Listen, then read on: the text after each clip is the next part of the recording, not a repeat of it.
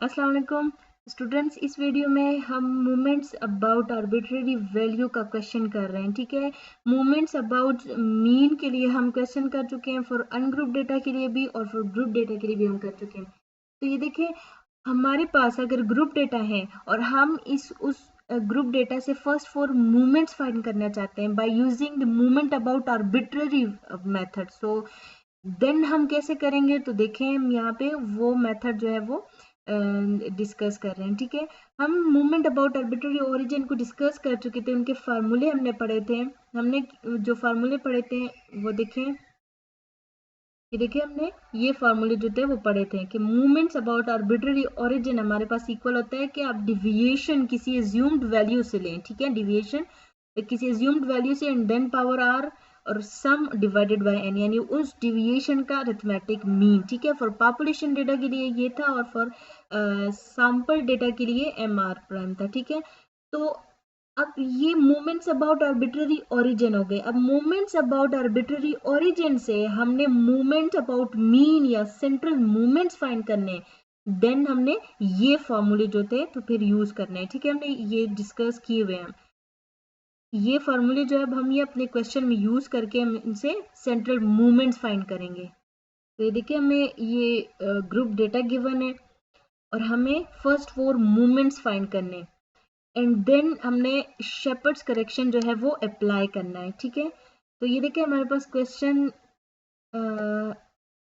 Observation हमें given है, frequency हमें गिवन है।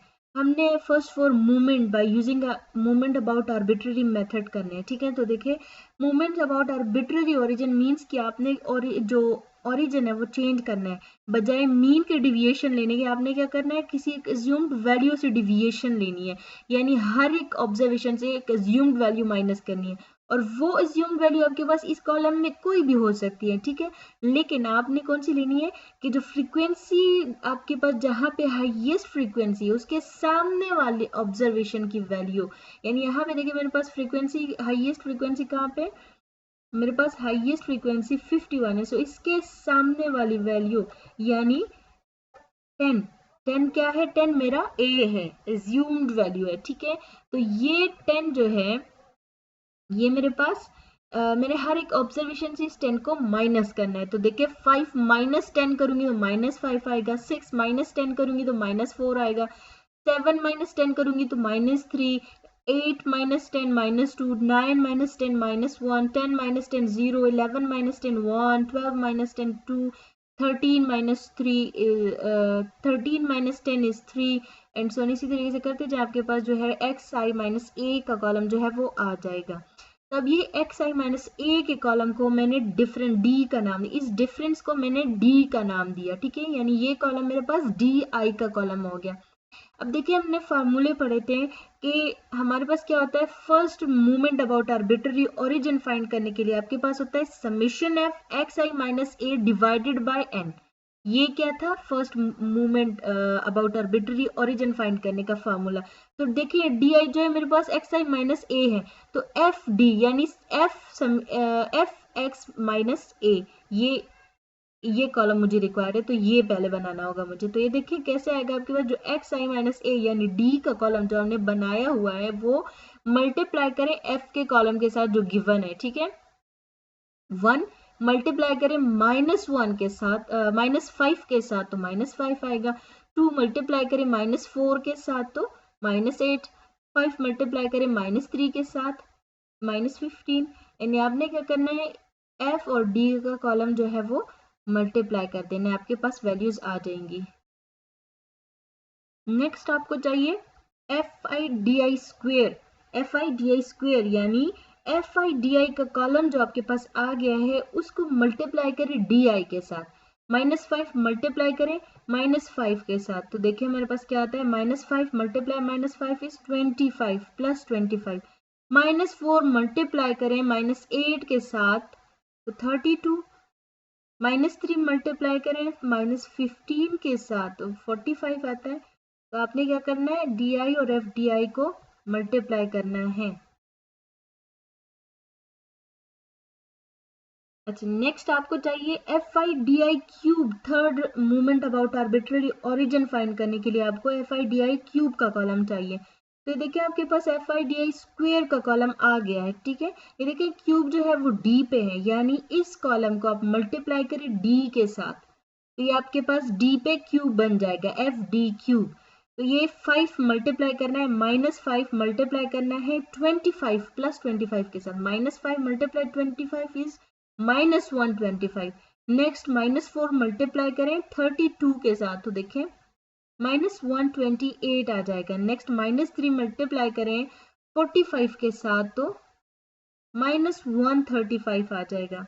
-2 मल्टीप्लाई करें 40 के साथ, -80 एंड सो ऑन। आपने मल्टीप्लाई करना है, आपके पास वैल्यूज जो है वो आ जाएंगी।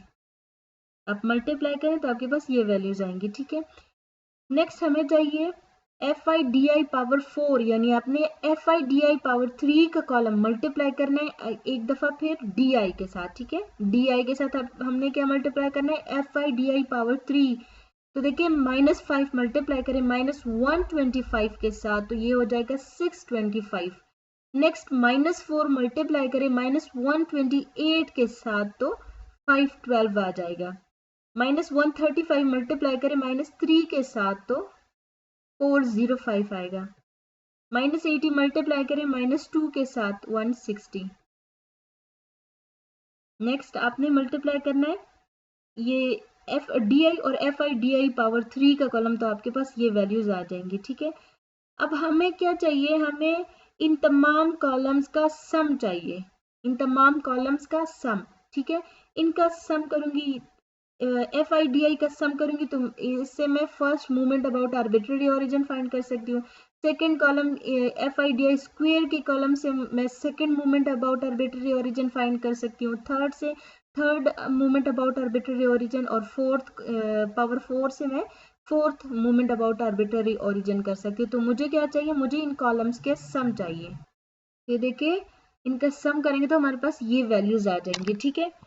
अब हमने फार्मूले जो पढ़े थे मूवमेंट अबाउट आर्बिट्ररी ओरिजिन के, कि first movement about arbitrary origin हमारे पास क्या होता है, summation F I X I minus A divided by N.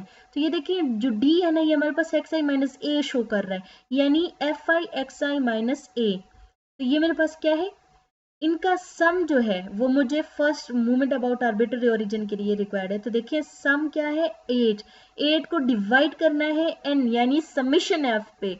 तो देखिए 8 डिवाइडेड बाय 131, तो मेरे पास क्या आएगा, मेरे पास first movement about arbitrary origin, और उसको किस चीज से रिप्रेजेंट करते हैं, m1 डैश से, ठीक है। सेकेंड के लिए देखिए, सेकेंड के लिए मुझे 346 को डिवाइड करना होगा 131 पे, तो सेकेंड मूवमेंट आ जाएगा, second movement about arbitrary origin. Third के लिए 74 डिवाइडेड बाय 131 करें। फोर्थ के लिए 3718 डिवाइडेड बाय 131, तो आपके पास आएगा fourth movement about arbitrary origin, ठीक है। ये हमारे पास क्या हो गया, जो fourth movement first 4 movement about arbitrary origin आ गए, ठीक है। अब मुझे मूवमेंट अबाउट मीन फाइंड करना है, तो वो जो फार्मूले हमने डिस्कस किए थे relationship between movement about mean and movement about arbitrary origin, तो वो रिलेशनशिप हम यहाँ पे यूज करेंगे। Central movement, first central movement equal होता है first movement about arbitrary minus first movement about arbitrary, तो आपके पास 0 आएगा, यानी m1 dash minus m1 dash करेंगे तो 0 आएगा। 0.06 माइनस 0.06 करें, आपके पास 0 आएगा। Next m2 minus m1 square, यानी 2.64 माइनस 0.06 स्क्वेयर करें तो आपके पास रिजल्ट आ जाएगा, ठीक है। एंड सो ऑन थर्ड के लिए आप इसी तरीके से ये देखें, थर्ड के लिए हम यहाँ पे इस फॉर्मूले में इनकी वैल्यूज पुट कर रहे हैं और कैलकुलेशन करें तो 0.08 रिजल्ट आएगा। फोर्थ के लिए भी सेम करें तो 28.30 आएगा। नाउ अब हमने अप्लाई करना है शेपर्ड करेक्शन, तो देखिए हमारे पास क्या होगा, m2 uncorrect minus h square divided by 12। तो देखिए m2 अनकरेक्ट मेरे पास 2.64 आया है, ठीक है। अभी जो हमने फाइंड किया h कितना है, x की वैल्यूज के दरमियान डिफरेंस देखें तो वो 1 डिफरेंस है, सो 1 स्क्वायर डिवाइडेड बाई 12। ये हम करेंगे तो 2.56 आएगा। 4 मोमेंट थर्ड के लिए थर्ड इक्वल होता है, थर्ड अनकरेक्ट यानी वो सेम 0.08 ही होगा। फोर्थ का देखें, ये कैलकुलेट करें तो हमारे पास रिजल्ट आता है 27